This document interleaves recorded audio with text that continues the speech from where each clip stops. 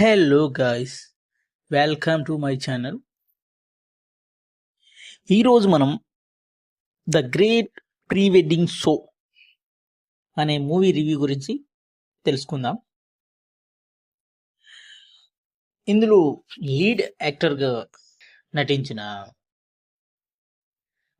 తిరుపతి అరియాజ్ తిరువీర్ ఇప్పటికే చాలా మూవీస్లో చూసే ఉంటారు. మసదాలో లీడ్ యాక్టర్గా చేశాడు. బిఫోర్గా మనకు ఆల్రెడీ చాలా ఫేమస్. బిఫోర్ సమోసా తింటావా సిరీస్ అనే మనం యూట్యూబ్లో కొట్టినా కూడా తను చాలా ఫేమస్. చాలా ఫన్నీగా ఉంటుంది. అందులో మనం ఇతన్ని చూడొచ్చు. మసదాలో లీడ్ యాక్టర్గా చేశాడు. ఇంకా ఈ మూవీ గురించి తెలుసుకుంటే, the great pre wedding show ఒక గ్రామీణ నేపథ్యంలో సాగే ఒక comedy drama and romance. Too much normal romance means it is ఇద్దరి మధ్యలో జరిగే ఒక అద్భుతమైన ఫీలింగ్. అయితే ఇటువంటి మూవీ ప్రయత్నం చాలా గొప్పది అని చెప్పాలా. డైరెక్టర్ రాహుల్ శ్రీనివాస్ చేసిన ప్రయత్నం ఎంత సక్సెస్ఫుల్గా అయిందంటే అంత సక్సెస్ఫుల్గా జరిగింది. స్టోరీ విషయానికి వస్తే, ఒక ఫోటో స్టూడియో నడుపుతూ జీవిస్తున్న హీరో, ఎదురుగా ఉన్న పంచాయతీ ఆఫీస్లో పనిచేసే హీరోయిన్ ఒకరినొకరు ఇష్టపడి ప్రేమించుకునే విధానం చాలా ఫన్నీయెస్ట్గా, చాలా అద్భుతంగా చూపించాడని చెప్పాలి. అయితే అదే సమయంలో ఫోటో స్టూడియో కమ్ జిరాక్స్ నడుపుతున్న హీరో దగ్గరికి ఒక అతను వచ్చి వెడ్డింగ్ షో చెయ్యాలి, అందరికంటే చాలా బాగా రావాలి, డబ్బులు ఎంత అయినా పర్లేదు అని వచ్చి, అమ్మాయి బాగా నచ్చడంతో అతను ఆ డిసిషన్ తీసుకొని డబ్బులు ఇచ్చి ప్రీ వెడ్డింగ్ షోకు వెళ్ళినప్పుడు అతని కాబోయే వైఫ్ వాళ్ళ అమ్మ యాక్సెప్ట్ చేయకపోయినా ఎలాగో ఒప్పించి, కొన్ని చాలా ఫన్నీయెస్ట్గా ఉంటుంది ఆ ప్రీ వెడ్డింగ్ షోలో. ఆ టచ్ చేసినప్పుడు, కాబోయే పిల్లాన్ని టచ్ చేసినప్పుడు కూడా వాళ్ళమ్మ పక్కనే ఉండి అసలు టచ్ చేయనీయకుండా ఉన్న సీన్స్ చాలా ఫన్నీయెస్ట్గా ఉంటాయి. అలాంటి సిచ్యువేషన్లో హీరో డైరెక్ట్ ఎక్కువ చెప్పాల్సింది హీరోయిన్ వీళ్ళ పర్ఫార్మెన్స్ గురించి ఫస్ట్ కాదు, కానీ ఫస్ట్ డైరెక్టర్ విశదీకరించిన విధానాన్ని చెప్పాలి. ఫస్ట్ సీన్లోనే మన మాస్టర్ రోహన్ రాయ్ గురించి చెప్పాలి. ఫస్ట్ సీన్లోనే అతను టిఫిన్ కట్టించుకునేటప్పుడు 5 రూపీస్ మిగిలితే అతని జోబిలో వేసుకున్నప్పుడు ఆ జోబిలోంచి 5 రూపీస్ కాయిన్ కింద ఎందుకు పడుతుంది అనే పాయింట్ ఎందుకు పడింది, అసలు ఎందుకు ఇక్కడ కింద పడింది, ఈ సీన్ ఎందుకు చూపించాడు అని మనకు అర్థం అవ్వదు. స్టార్టింగ్ సీన్నే అది చూపిస్తాడు.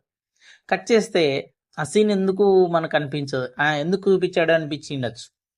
కానీ ఇంత ప్రీ వెడ్డింగ్ షూట్ చేసిన తర్వాత అతను ఏదైతే కాపీ తీసుకుంటాడో అది కూడా అదే సేమ్ మళ్ళీ ఇంకో సీన్ క్లియర్గా చూపిస్తారు. అదే రెడ్ డ్రాయరు మన మాస్టర్ భరత్ నెక్స్ట్ చేసుకుంటున్నాడు అని కూడా మనం హింట్ ఇస్తాడు. మనం ఫైండ్ అవుట్ చేయలేం. నెక్స్ట్ టైం సేమ్ అదే టైంలో ఇతను ఆ కాపీని అతనికి ఇచ్చినప్పుడు సేమ్ అదే డ్రాయర్లో అతను జోబిలో వేసుకుంటాడు. అది డ్రాప్ అయ్యి అక్కడే కింద పడిపోతుంది. అక్కడి నుంచి మొదలవుతుంది ఇంకో స్టోరీ.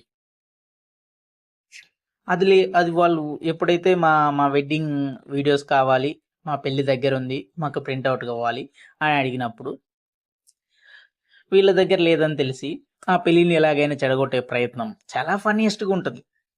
ఫైనల్గా అది వీళ్ళు చెడగొట్టలేరని అర్థమైపోతుంది. హీరోయిన్తో కలిసి అతన్ని లవ్ చేసే ట్రాక్ కానీ, అసలు ఆ లవ్ సెట్ ఒక అతను ఆ అమ్మాయి మీద ఎంత ఇష్టం పెంచుకుంటాడో అనేది చాలా క్లియర్గా ఉంటుంది. ఫైనల్గా వీళ్ళ వల్ల కాలేదు, నేను చెప్పేద్దాం అనుకుంటే కట్ చేస్తే వాళ్ళు మా పెళ్ళి చెడిపోయింది, మా నాన్న వాళ్ళ నాన్న మందు దగ్గర గొడవపడి చెడిపోయింది అని చెప్తారు. కానీ అప్పుడు హీరో అరే ఇంతగా లవ్ చేసిన వాళ్ళు విడిపోకూడదని కలిపే ప్రయత్నం చేస్తే వీళ్ళు ఎంత ట్రై చేసినా అది కలవదు. సరేలే ఇంకేం చేద్దాం అనే టైంలో వాళ్ళమ్మ వీళ్ళమ్మ కలుసుకొని లవ్ సక్సెస్ అయింది, మా పెళ్లి వెంటనే జరుగుతుంది అంటారు. మళ్ళీ వీళ్ళకి మొదటి ప్రాబ్లం, మా దగ్గర ఆడియో లేదు అని. వాళ్ళు కలిపే ప్రయత్నం కూడా చాలా ఇంట్రెస్టింగ్గా ఉంటుంది. ఇంకా ఫైనల్కి వెళ్తే ఇంకా పెళ్లి రోజున విషయం అయితే చెప్పాలని డిసైడ్ అవుతారు. చెప్పినప్పుడు చాలా ఫీల్ అవుతాడు పెళ్ళికొడుకు. కానీ హీరో వాళ్ళిద్దరూ అమ్మాయి అబ్బాయి వాళ్ళ పేరెంట్స్ను కన్విన్స్ చేసిన విధానాన్ని, పడిన కష్టాన్ని చాలా విజువలైజేషన్గా చూపించినప్పుడు ఎమోషనల్గా అనిపిస్తుంది మనకు. అప్పుడు ఎంత ఫన్నీగా అనిపిస్తుందో ఇది చూసినప్పుడు అంత ఎమోషనల్గా అనిపిస్తుంది. అది చూసిన వెంటనే వాళ్ళ వైఫ్ కాబోయే పిల్లం ఫోన్ చేసి, నాకు అన్న ఉంటే ఇంత చేసేవాడేమో కాదు, కానీ ఆ ఫోటో స్టూడియో అన్న మన పెళ్లి జరగడానికి ఎంతో కష్టపడ్డాడు, దయచేసి అని చెప్పిన విధానం ఇంకా ఎమోషనల్గా అనిపిస్తుంది. ఇంత ఎమోషనల్, ఫన్నీ, లవ్ ఒక చిన్న తక్కువ బడ్జెట్లో తీయగలిగిన, ఇటీవల కాలంలో కొన్ని సినిమాలు సోషల్ మీడియా మీమ్స్ లేదా ట్రెండింగ్ డైలాగ్స్ ఆధారంగా చాలా ప్రయత్నాలు చేసిన ఇలాంటి తరహా ప్రేక్షకులను ఆకట్టుకోలేకపోయింది. కానీ ఇటువంటి సినిమా ఇంత తక్కువ బడ్జెట్ను పెట్టి